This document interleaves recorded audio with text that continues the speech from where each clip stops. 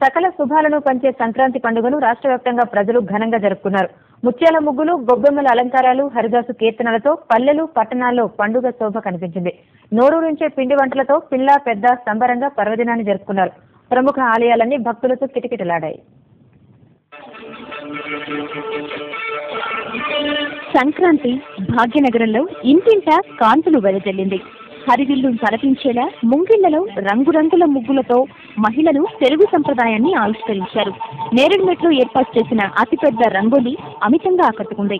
40 అడుగుల పొడవుతో భోగి, సంక్రాంతి, కనుమ విశేషాల్ని తెలియజెప్పేలా వేసిన ముగ్గు విశేషంగా ఆకర్షించింది.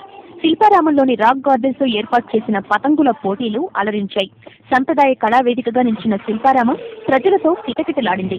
టీడీపీ సీనియర్ నేత దేవేందర్ గౌడ్ పార్టీ శ్రేణులతో పండుగను జరుపుకున్నారు. ఏలూరు ఎంపీ కావూరి సాంబశివరావు నివాసంలో ప్రత్యేక ముగ్గులు